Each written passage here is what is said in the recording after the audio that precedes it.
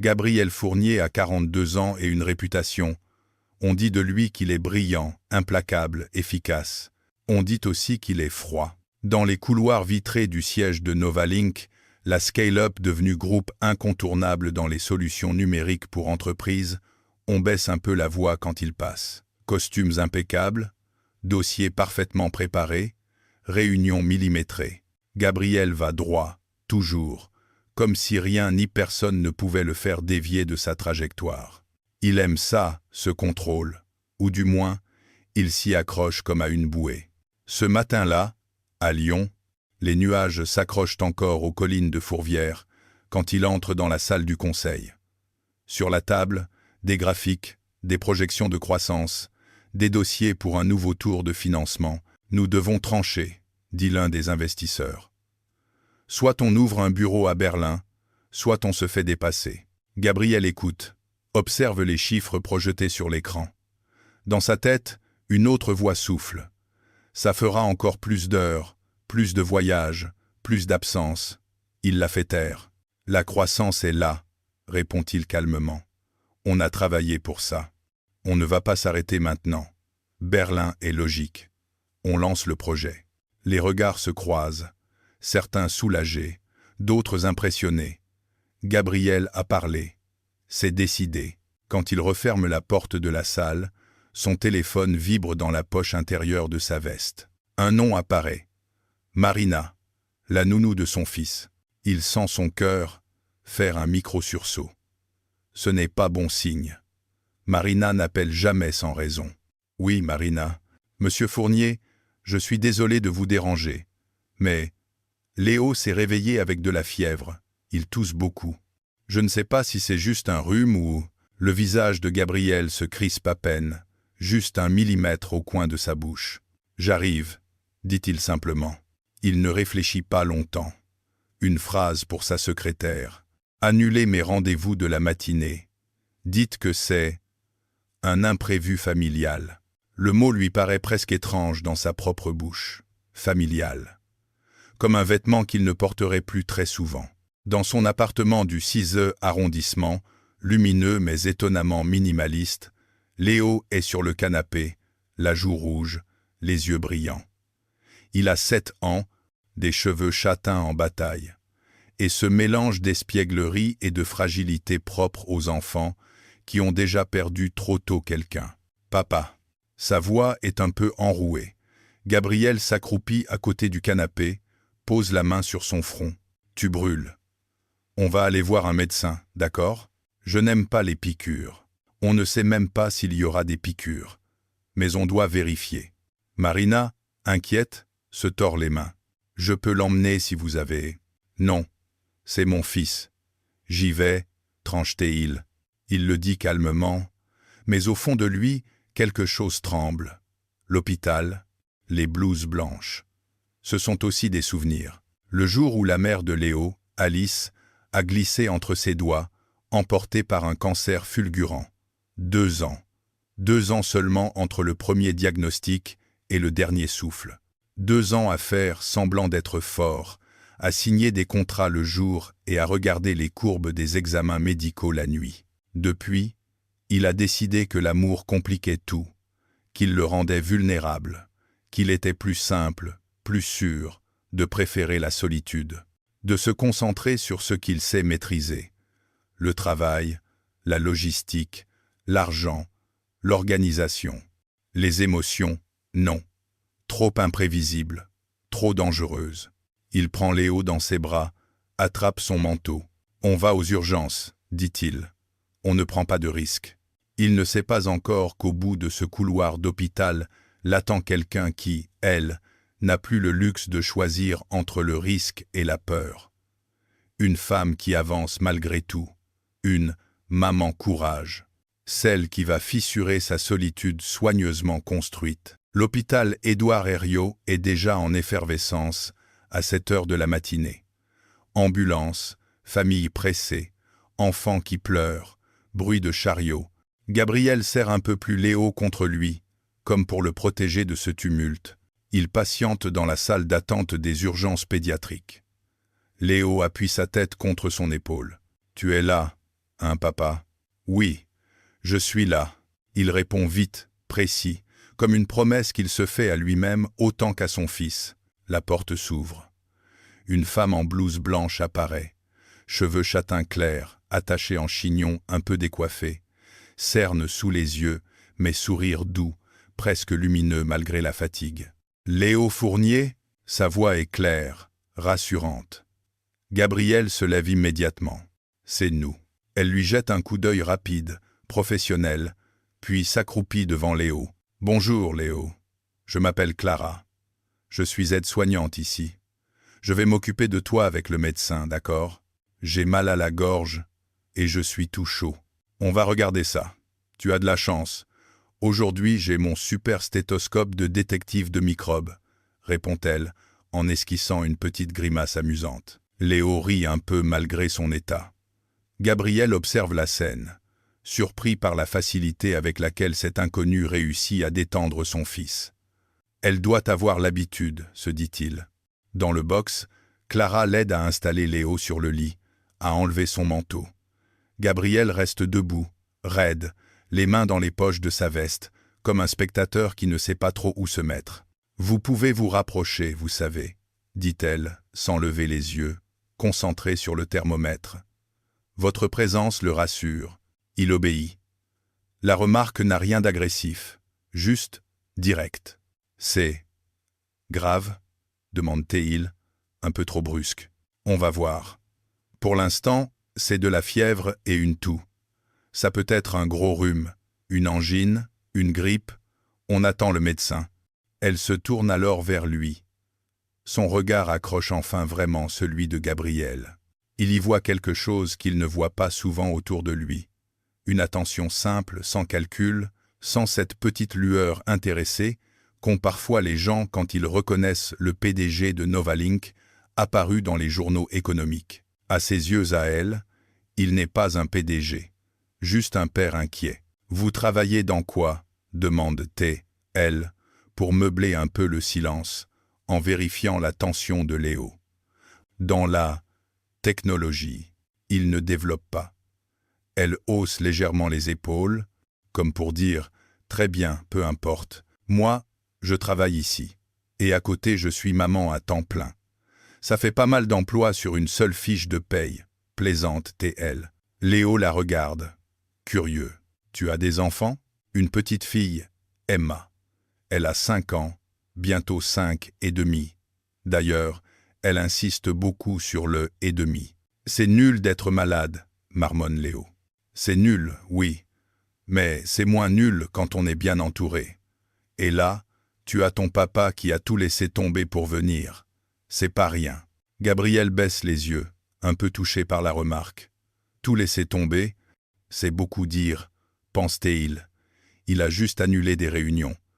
Mais dans sa vie, c'est déjà énorme. Le médecin arrive, examine Léo, parle d'une angine virale, peut être la grippe, prescription d'antibiotiques, seulement si ça se complique, repos, hydratation. Clara, elle, reste dans un coin, prend des notes, sourit à Léo, lui explique doucement ce que le médecin va faire, dédramatise les gestes. À la fin, alors que Gabriel remercie le médecin, c'est elle qui l'accompagne jusqu'à la sortie du service. « Vous avez quelqu'un à la maison pour vous aider ?» demande-t-elle. « Oui, une nounou. »« Bien. Mais il aura surtout besoin de vous. L'épidémie de câlins, ça marche mieux que tous nos médicaments. » Elle a dit ça en riant, mais la phrase reste en suspens dans l'air. Gabriel n'est pas un homme avare de temps passé avec son fils, mais il ne peut pas s'empêcher de sentir un petit picotement de culpabilité. « Je ferai ce qu'il faut, » répond-il un peu raide. Clara incline la tête, pas convaincue, pas juge, juste réaliste. « J'en suis sûre, » dit-elle simplement. « Bonne journée. »« Bon courage, Léo. » Léo lui adresse un petit signe de la main, les yeux déjà un peu plus lumineux. « Au revoir, Clara. » Alors que Gabriel s'éloigne avec son fils dans les bras, il se surprend à jeter un coup d'œil en arrière. Elle est déjà repartie, appelée dans un autre box, vers une autre urgence. Une femme parmi tant d'autres dans cet hôpital. Et pourtant, quelque chose en lui, a enregistré son sourire, sa fatigue dans le regard et sa manière de tenir malgré tout.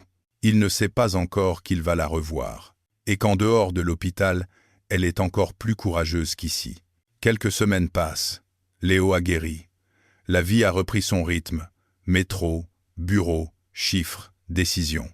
Gabriel a presque rangé ce souvenir de matinée à l'hôpital dans un tiroir mental, celui des épisodes à ne pas trop rouvrir. Trop de résonance. Un jeudi après-midi, il se retrouve devant l'école élémentaire où Léo est scolarisé. C'est rare qu'il vienne lui-même. D'habitude, c'est Marina.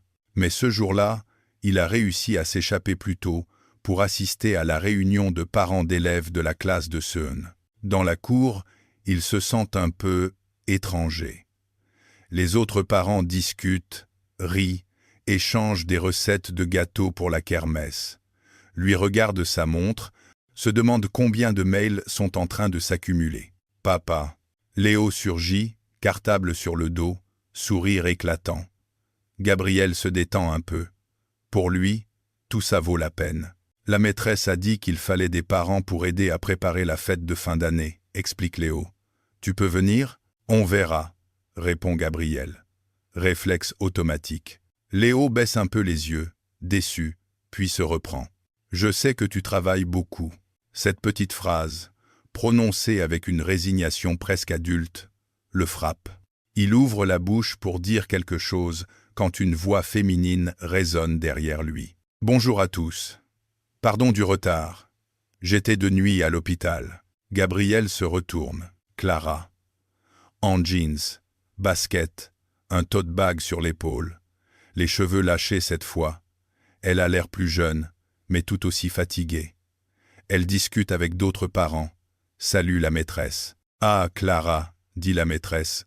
Justement, on parlait de la kermesse. Heureusement qu'on t'a comme parent délégué. Gabriel fronce les sourcils. Parent délégué? On va y arriver, répond-elle en souriant. On a survécu à la sortie au musée avec 20 enfants de CP, on survivra bien à une kermesse. Elle rit, un rire franc qui accroche l'attention. Léo tire la manche de son père. Papa, regarde, c'est Clara, la dame de l'hôpital. Clara se tourne, surpris. Son regard croise celui de Gabriel, puis descend vers Léo. Mais oui, je me disais bien que je connaissais ce sourire, s'exclame-t-elle. Léo, l'ennemi officiel des microbes, je les ai tous battus, répond-il fier. Je vois ça. Elle se redresse, un peu étonnée de voir le père de Léo ici. On se recroise, dit Gabriel, un peu moins rigide qu'à l'hôpital. Le monde est petit, surtout quand il y a des enfants, répond-elle. Ma fille est en CP, dans la classe juste à côté. Emma. Comme pour illustrer ses propos, une petite fille aux boucles brunes se jette contre ses jambes. Maman, j'ai fini. On peut rentrer? Emma, je te présente Léo et son papa.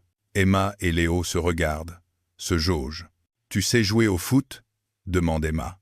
Oui, mais je préfère les Legos. Moi, j'aime le foot les Legos. Tu veux venir voir ma collection? Propose Léo spontanément. Gabriel ouvre la bouche, pris de court.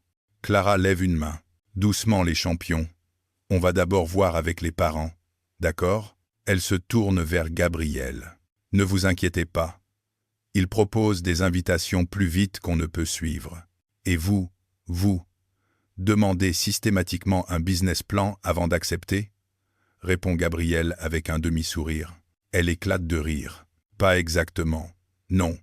Mais j'essaie de faire en sorte qu'Emma ne soit pas trop ballottée. Sa vie est déjà assez sportive. La réunion commence. La maîtresse explique le projet de kermesse, les stands, les gâteaux, la décoration. Clara prend des notes, propose d'organiser une tombola pour financer des livres supplémentaires pour la classe. On sent qu'elle a l'habitude de jongler avec beaucoup de choses à la fois. À un moment, la maîtresse demande.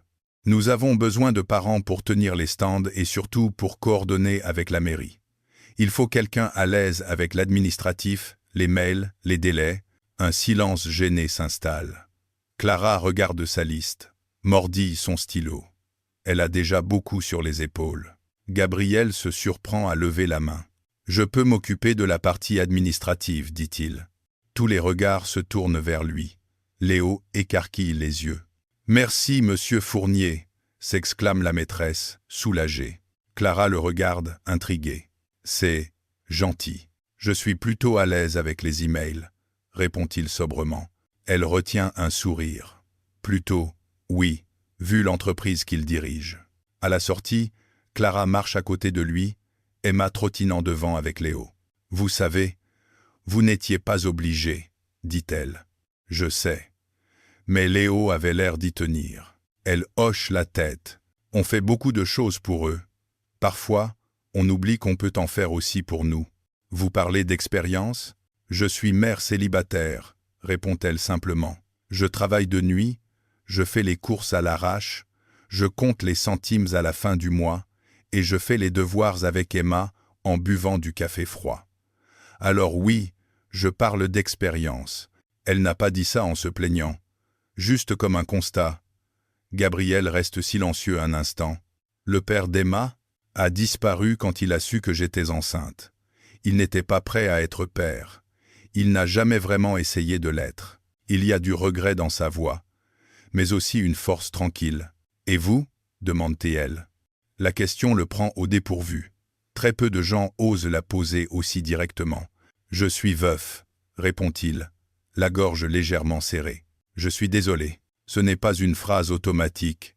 Il y a dans ses yeux une compassion qui ne cherche pas à s'apitoyer, juste à reconnaître sa douleur. « Ça fait 3 ans, ajoute-t-il.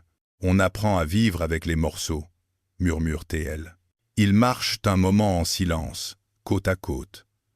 Les enfants se disputent déjà pour savoir quel dessin animé est le meilleur. À un carrefour, Clara s'arrête. « Je dois filer. J'ai un service de nuit ce soir. Vous tenez le coup ?» Elle hausse les épaules. « Je n'ai pas vraiment le choix.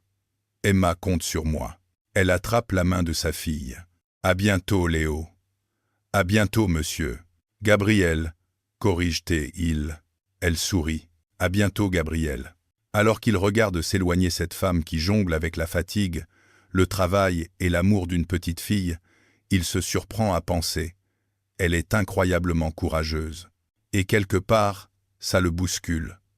Parce que lui, avec tout son pouvoir, tout son argent, tout son contrôle, il se sent souvent plus fragile qu'elle. Les semaines suivantes, la kermesse devient un sujet récurrent dans la classe de Léo et dans les mails de Gabriel. Véritable PDG du stand, pêche à la ligne. Il négocie avec la mairie pour l'autorisation d'installer des structures, échange avec les autres parents, propose même que Novalink sponsorise quelques lots pour la tombola. Tu te rends compte que tu fais un budget prévisionnel pour une kermesse d'école? Se moque gentiment son associé un soir en le voyant penché sur un fichier Excel. Les chiffres sont les chiffres, répond Gabriel. Mais il sait que ce n'est pas que ça. C'est aussi parce que, pour une fois, il fait quelque chose qui touche directement Léo. Et ce n'est pas désagréable. Clara, elle, coordonne les bénévoles, les stands, les gâteaux. Ils s'échangent des messages tard le soir. Clara, tu es sûre qu'on peut imprimer autant d'affiches? Gabriel, oui. Novalink prend en charge. Considère ça comme un investissement dans l'avenir des futurs génies de CE1. Clara, tu as toujours des mots compliqués pour dire que tu offres des affiches. Gabriel, des formations professionnelles. Ces échanges deviennent un fil discret dans leur journée. Un samedi, ils se retrouvent tous au parc de la Tête d'Or pour une répétition générale du stand des jeux. Léo et Emma courent partout. Gabriel arrive avec un sac plein de ballons et de petits jouets. « Je croyais que tu n'aimais pas les foules », lui dit Clara en l'aidant à déballer les cartons. « Je n'aime pas les événements mondains », corrige-t-il. Les cocktails, les conventions, les soirées de gala et les parcs remplis d'enfants. Il regarde Léo qui essaie d'attraper un ballon tombé dans un arbre. Emma qui lui crie des instructions n'importe comment. Ça, c'est différent. Elle l'observe un moment. Les manches de sa chemise sont retroussées.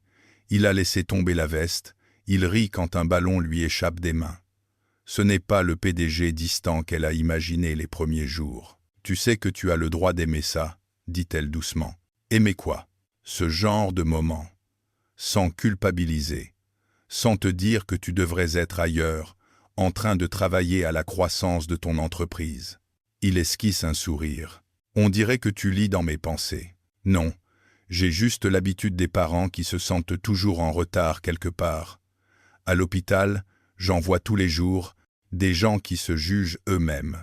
Elle marque une pause. Tu peux être un bon PDG et un bon père. Tu as le droit d'être les deux. Cette phrase-là s'accroche en lui. Parce que depuis la mort d'Alice, il a l'impression de faire toujours un mauvais choix. Quand il est au travail, il culpabilise pour Léo. Quand il est avec Léo, il voit les mails non lus comme des reproches silencieux. Plus tard, alors que les enfants mangent une glace, il s'assoit sur un banc. « Tu dors parfois ?» lui demande Gabriel. « Par période, » plaisante elle. Quand Emma n'est pas malade, que personne ne fait de crise d'asthme à 3 heures du matin à l'hôpital et que ma machine à laver ne décide pas de mourir. Tu as du soutien? Elle secoue la tête. Mes parents habitent à 2 heures d'ici. Ma mère a des problèmes de santé. Je ne veux pas trop les solliciter. Quelques amis, mais ils ont leur propre vie. Alors, je fais comme je peux. Il la regarde, admiratif. Tu es courageuse. Elle sourit, mais son sourire est un peu triste. Tu sais, on me le dit souvent. Maman courage, femme forte, battante, c'est gentil. Mais parfois, j'aimerais qu'on me dise, tu as le droit d'être fatigué, tu as le droit d'avoir peur. Il reste silencieux un moment, touché. Tu as le droit d'être fatigué et d'avoir peur, dit-il enfin. Elle le regarde, surprise. Son ton est sérieux, presque solennel. Merci, murmure-t-elle. Le temps passe. Les rencontres se multiplient. Un café rapide après l'école, un coup de main pour monter un meuble chez Clara, parce qu'Emma a insisté pour montrer sa chambre à Léo, un dépannage quand Gabriel doit partir à une réunion de dernière minute et que Clara accepte de récupérer Léo avec Emma. Un soir, ils se retrouvent tous les 4 chez Clara. L'appartement est petit, un peu en désordre, mais chaleureux. Des dessins d'Emma sont collés au mur, des livres d'enfants traînent partout. Gabriel pose un plat de lasagne qu'il a acheté chez un traiteur. « Tu as cuisiné ?» taquine Clara. « Non, mais j'ai fait l'effort de ne pas commander de burger.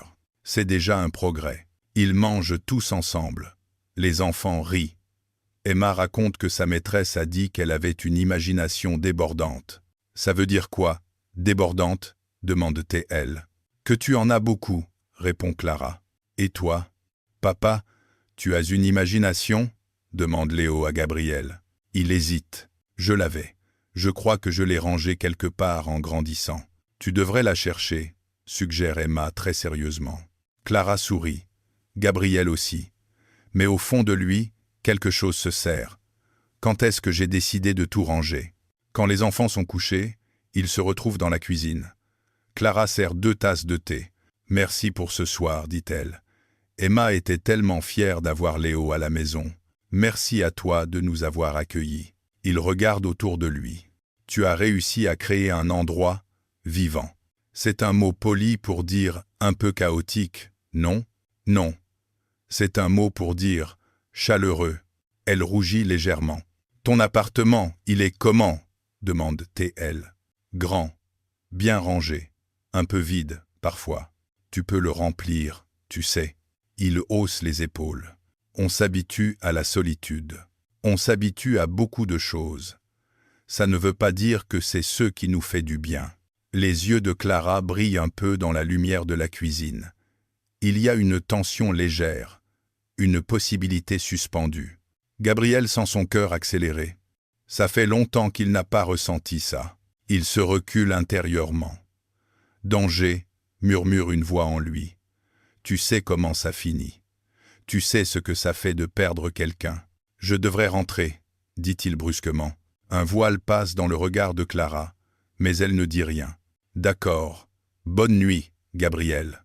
Bonne nuit. » Dans la rue, en marchant jusqu'à sa voiture, il se sent partagé. Une partie de lui voudrait revenir en arrière, remonter dans l'appartement, lui dire « ça me fait peur, mais j'ai envie de rester ». L'autre partie, celle qui a appris à préférer la solitude, se félicite d'avoir gardé ses distances. Il ne voit pas le visage de Clara quand elle ferme la porte. Le léger tremblement de ses mains, la fatigue qui revient d'un coup. Elle aussi sait ce que c'est que d'avoir peur d'aimer. Mais, à la différence de lui, elle n'a pas le luxe de se retirer dans une tour de verre. Elle avance, toujours. La kermesse est un succès. Les stands fonctionnent, les enfants rient. La tombola rapporte assez pour acheter de nouveaux livres et financer une sortie scolaire. Gabriel, derrière le stand des jeux, se surprend à plaisanter avec les autres parents. Clara, elle, court partout, tenant une liste, encourageant les enfants, remerciant ceux qui ont fait des gâteaux. À un moment, Léo et Emma montent sur la petite scène improvisée pour chanter une chanson apprise en classe. Gabriel filme avec son téléphone. Il jette un coup d'œil à Clara. Elle essuie rapidement une larme de fierté. « Ils grandissent trop vite », murmure-t-elle. « Oui », répond-il, la gorge serrée.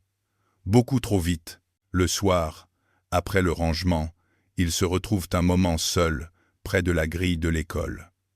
Les enfants jouent encore un peu. « Tu as été formidable aujourd'hui », dit Gabriel. « Toi aussi. » « Je n'aurais jamais cru dire ça un jour à un PDG, plaisante-t-elle. Tous les PDG ne sont pas des robots sans cœur. Tu sais, je commence à m'en rendre compte. » Elle le regarde, sérieuse. « Tu as changé depuis l'hôpital. À ce point, tu souris plus. Tu parais moins, absent, même quand tu es là physiquement. » Il se tait. Elle voit plus de choses qu'il ne l'aurait imaginé. « C'est à cause de vous deux, finit-il par dire, en regardant Léo et Emma. Ce n'est pas si compliqué, tu sais, d'être heureux. » Elle ne finit pas sa phrase. À ce moment-là, son téléphone vibre. Elle regarde l'écran, se fige légèrement. Gabriel remarque ce changement. « Tout va bien ? » ?»« Oui. »« Enfin. »« Non. » C'est le père d'Emma. « Il te contacte encore ? » Il n'a jamais vraiment pris de nouvelles. Mais là, il m'écrit qu'il veut voir sa fille, qu'il a changé, qu'il regrette d'avoir fui. Elle souffle, lasse. Je ne sais pas quoi en penser. Tu as peur qu'il revienne ? J'ai peur qu'il reparte, surtout. Qu'il fasse entrer Emma dans un manège d'espoir et de déception. Elle mérite mieux. Gabriel serre la mâchoire. Tu n'es pas obligé d'accepter. Non. Mais Emma pose des questions. Elle a le droit de savoir. Elle n'a pas à payer pour ses choix à lui. Elle a cette façon de toujours penser à ce qui est juste pour sa fille, même si ça lui coûte. Quelques jours plus tard, une autre nouvelle tombe. Cette fois, elle concerne Gabriel. Lors d'une grande réunion au siège, les investisseurs annoncent qu'un fonds américain a proposé une fusion avec Novalink. Opportunité immense, ouverture sur le marché international, siège à New York, perspective de croissance exponentielle. Mais cela suppose que la direction générale soit sur place, explique l'un des représentants. On parle d'un déménagement de poste, Gabriel. Les yeux se tournent vers lui. Il sent la pression monter. New York. Une nouvelle vie. Une carrière portée au sommet. Tout ce pour quoi il a travaillé. Et Léo ? Et Clara ? Le soir, il reste tard au bureau. Les lumières de Lyon scintillent derrière les vitres. Il relit les propositions, les chiffres, les projections. C'est une offre qui ne se refuse pas, en théorie. Clara lui envoie un message. Emma demande si vous et Léo voulez passer samedi au parc. Elle veut montrer son nouveau cerf-volant. Et, commun, amis. Il fixe l'écran longtemps avant de répondre. Je ne sais pas encore. Beaucoup de choses à gérer. Je te dirai. Elle met un temps à répondre. D'accord. Bon courage pour tout ce que tu gères. Il lit entre les lignes. Tu t'éloignes. Les jours qui suivent, il devient plus distant, moins disponible pour les sorties, moins présent à l'école. Clara le remarque. Les enfants aussi. Un après-midi, elle le croise devant l'école, en retard, téléphone à la main, air préoccupé. « Gabriel, est-ce que tout va bien ? » « Oui, juste. Beaucoup de travail. Tu dis ça chaque fois que tu veux t'enfermer dans ta grotte, réplique-t-elle doucement. Il fronce les sourcils. Ma grotte, ta solitude, celle que tu prétends préférer. Il sent la colère monter, mais c'est une colère dirigée autant contre lui-même que contre elle. Tu ne sais pas de quoi tu parles, Clara. Peut-être pas. Mais je vois quelqu'un qui commence à s'ouvrir, qui laisse entrer des gens dans sa vie, et qui, dès que ça devient un peu réel, recule. Tu crois que c'est si simple? Lance-t-il, la voix plus forte. Tu crois que je peux juste faire comme si je n'avais jamais vu quelqu'un mourir dans un lit d'hôpital? Comme si je ne savais pas ce que ça faisait de s'attacher et de tout perdre? Elle se fige. Des parents commencent à se tourner vers eux discrètement. Je n'ai jamais dit que c'était simple, répond-elle, blessée. Juste que tu as le droit d'être heureux sans avoir peur que le ciel te tombe sur la tête à chaque instant. Et toi, tu n'as pas peur que le père d'Emma revienne et détruise tout ce que tu as construit. Tu fonces quand même. Oui, parce que je n'ai pas le choix. Et parce que je refuse de laisser la peur décider à ma place. Il se tait. Le silence est brutal. Qu'est-ce que tu veux, Clara? Finit-il par demander. Qu'on sorte ensemble, qu'on essaye de construire quelque chose, qu'on mélange nos vies, nos enfants. Et si tout s'effondre, si je dois partir à l'autre bout du monde pour mon travail, si je te fais du mal, elle le regarde, les yeux brillants. Peut être que la vraie question, c'est « Qu'est-ce que tu veux, Gabriel? Tu veux passer ta vie à anticiper la chute, ou tu veux vivre ce qu'il y a à vivre, même si c'est fragile ?» Il secoue la tête, submergé. « Je ne peux pas te promettre quoi que ce soit, » lâche-t-il. « Je ne te demande pas de promesses, juste de la vérité. » Il prend une grande inspiration. La vérité, c'est que je ne suis pas prêt. Je croyais l'être, mais je ne le suis pas. J'ai cette offre pour New York. Je ne sais pas ce que je vais décider, et je ne peux pas te demander d'attendre pendant que je me débats avec mes peurs. Les mots tombent comme des pierres. Clara se redresse. On dirait que chaque syllabe vient de refermer une porte. « Merci pour ta sincérité, » dit-elle. La voix un peu tremblante mais maîtrisée. Elle recule d'un pas. « Je suis une maman courage. Tu te souviens? Je sais avancer seule. » Elle tourne les talons, rejoint Emma. Léo regarde son père, inquiet. « Tu as fâché Clara ?» Gabriel ferme les yeux un instant. « On n'est pas d'accord sur certaines choses, c'est tout. Mais moi, je l'aime bien, Clara. Emma aussi. » Il sent son cœur se serrer. « Je sais, Léo. Moi aussi je l'aime bien. » La phrase lui échappe. « Je l'aime bien. » C'est tellement en deçà de ce qu'il ressent vraiment, mais c'est déjà trop pour lui. Les jours suivants sont lourds. Gabriel se jette dans le travail. Il finit par dire oui à une nouvelle phase de négociation avec le fonds américain. Il regarde des appartements à New York sur Internet, comme s'il essayait une vie qui n'existe pas encore. Il ne voit plus Clara. À l'école, elle s'arrange pour ne pas croiser son chemin. Les enfants continuent de se voir en classe, mais les invitations à jouer se font plus rares. Léo devient plus silencieux. Un soir, il demande « Papa, si tu vas travailler très loin, je ne verrai plus Emma. » Gabriel reste figé. « Qui t'a dit ça? » « J'ai entendu Marina dire que tu allais être partir en Amérique. » Il serre les dents. Marina ne voulait sans doute pas qu'il entende. « Rien n'est décidé, » répond-il. « Moi, je veux rester ici, avec toi, et avec Emma. » Sa voix tremble. Cette phrase-là, plus que toutes les études de marché, plus que tous les graphiques, vient fissurer les certitudes fragiles que Gabriel essayait de se fabriquer. Mais c'est un autre événement qui va tout précipiter. Une semaine plus tard, Gabriel est à son bureau, tard dans la nuit. Les lumières de la ville scintillent. Sur l'écran, le projet de contrat avec le fonds américain. Il est censé l'envoyer, signer le lendemain. Son téléphone vibre. Il hésite à répondre. L'affiche « Numéro inconnu ». Il décroche finalement. « Allô ?» Une voix qu'il connaît répond, affolée. « Gabriel ? C'est Clara. » Son cœur fait un bond. « Clara ? Qu'est-ce qui se passe ? Je suis aux urgences avec ma mère. Emma est avec une voisine. Mais elle vient de faire une crise d'asthme. Ils vont l'emmener à l'hôpital aussi. La voisine vient de m'appeler. Je ne peux pas être à 2 endroits à la fois. Je ne sais plus quoi faire. Sa voix se brise. Gabriel se lève d'un coup. Où est Emma? À l'appartement, avec la voisine. Mais l'ambulance arrive. J'y vais, dit-il sans réfléchir. Mais, tu es où, toi? À l'hôpital Édouard Herriot, service des urgences adultes. D'accord. Tu restes avec ta mère. Je m'occupe d'Emma. Gabriel.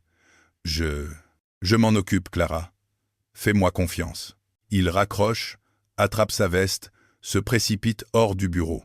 Le contrat reste affiché sur l'écran, en attente, comme une question qu'il ne peut plus traiter maintenant. Dans la voiture, il conduit vite mais prudemment. Son esprit est en alerte. Emma, crise d'asthme. Il revoit les dossiers médicaux d'Alice, les nuits à l'hôpital, la peur. Lorsqu'il arrive chez Clara, l'ambulance est déjà là. Une petite silhouette recroquevillée sur un brancard, masque sur le visage. La voisine, paniquée, explique la situation. « Je suis comme son oncle », dit Gabriel en se présentant. « Je m'occupe d'elle. » Les ambulanciers acceptent. Il monte dans le véhicule, prend la main d'Emma. « Gabriel ». Sa voix est étouffée par le masque. « Je suis là, Emma. Respire doucement. Tu vas t'en sortir, d'accord ?» Elle serre ses doigts. « J'ai peur. Moi aussi j'ai peur. Mais on est ensemble.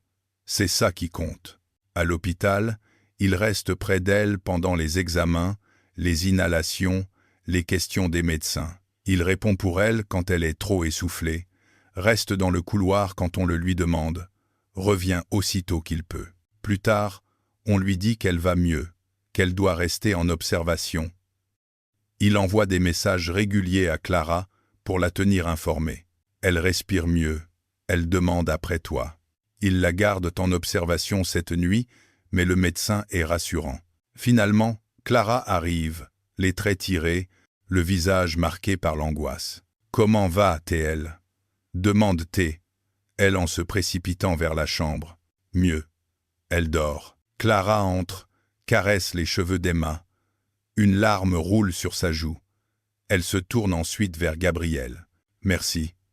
Je ne sais pas ce que j'aurais fait si tu n'avais pas répondu. » Il la regarde, épuisé, ému. « Tu m'as appelé, c'est déjà beaucoup. Je ne voulais pas.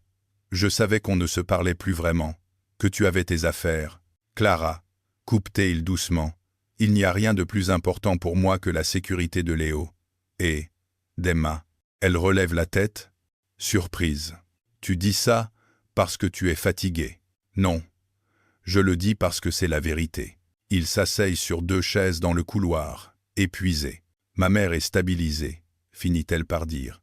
Ils doivent faire des examens, mais ça va. Tu as tenu le choc.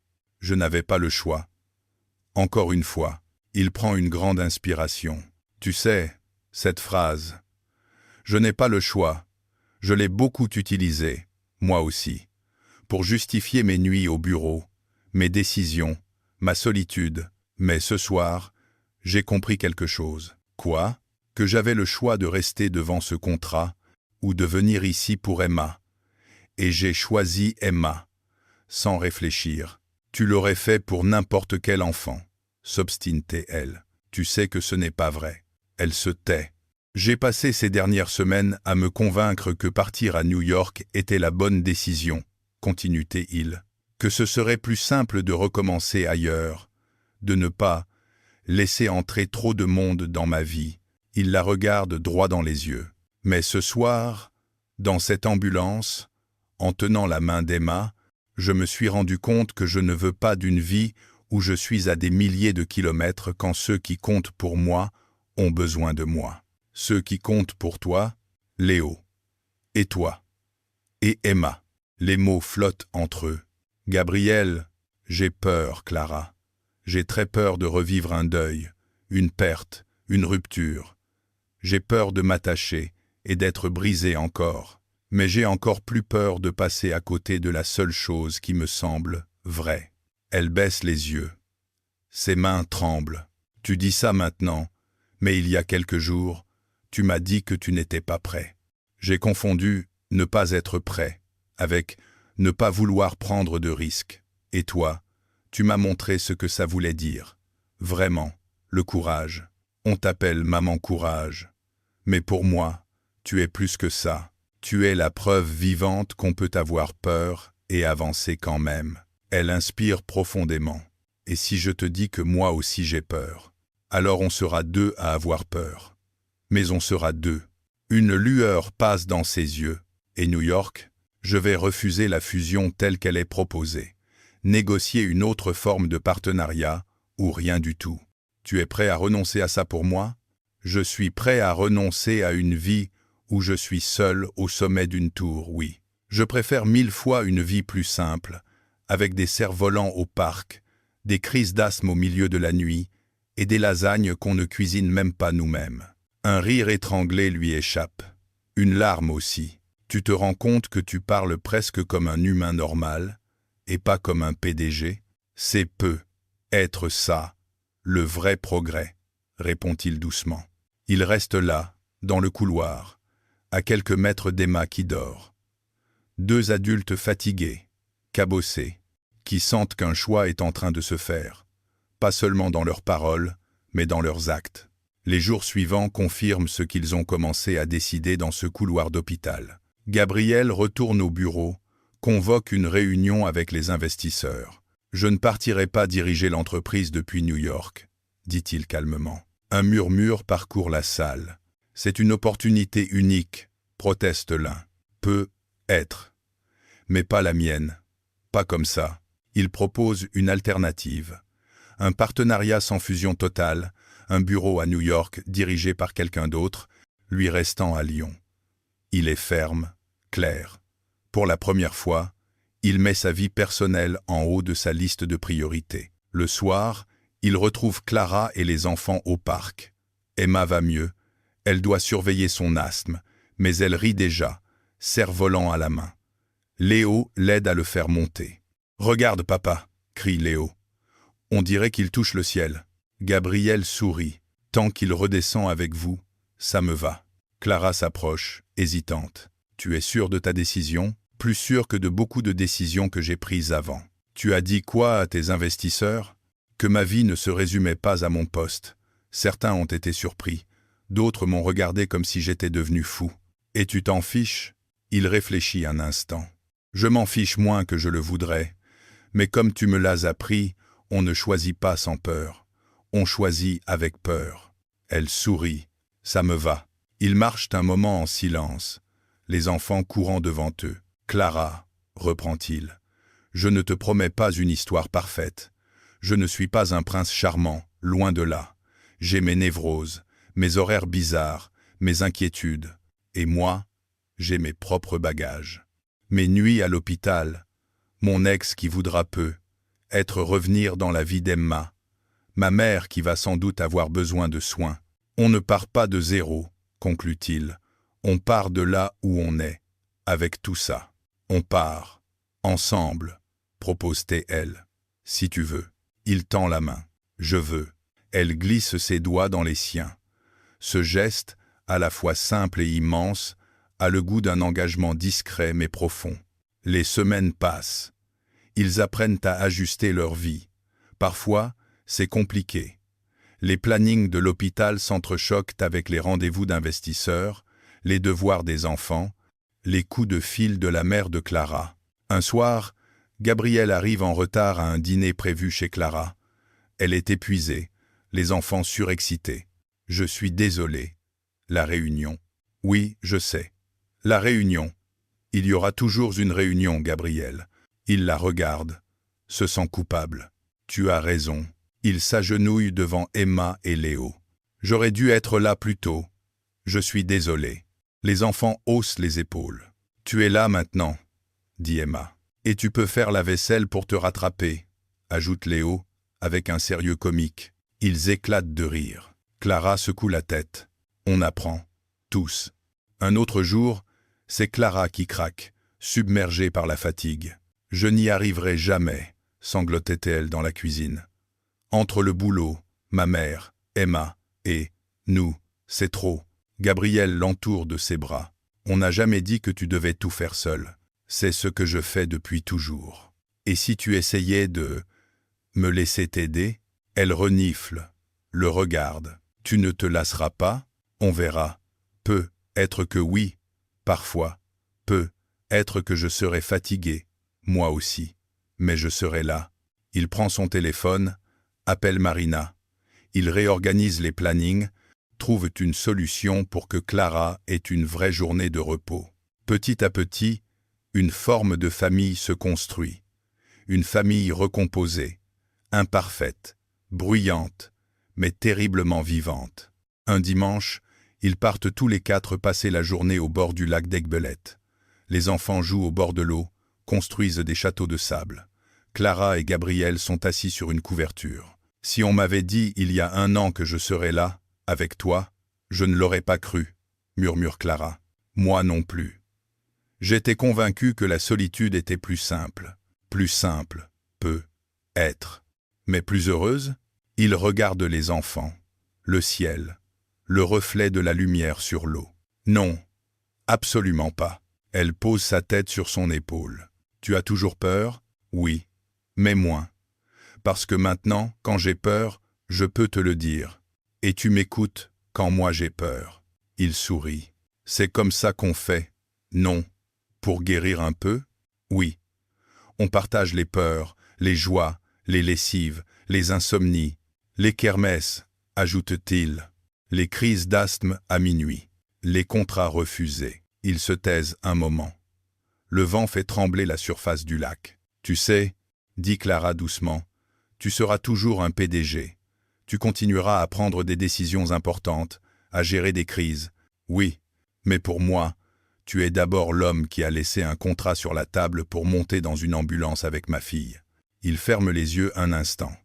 Cette phrase, plus que toutes les décorations ou titres, lui donne le sentiment d'être à sa place. Léo et Emma accourent vers eux, les pieds mouillés, les mains pleines de cailloux. « Regardez, on a trouvé des pierres en forme de cœur !» s'exclame Emma. « C'est des preuves que même les cailloux ont un cœur !» explique Léo, très sérieusement. Gabriel éclate de rire. Clara aussi. « Alors on va les garder, ces cailloux, » dit-elle, pour se souvenir que même les cœurs qui se croyaient durs comme la pierre peuvent changer. Elle jette un coup d'œil à Gabriel.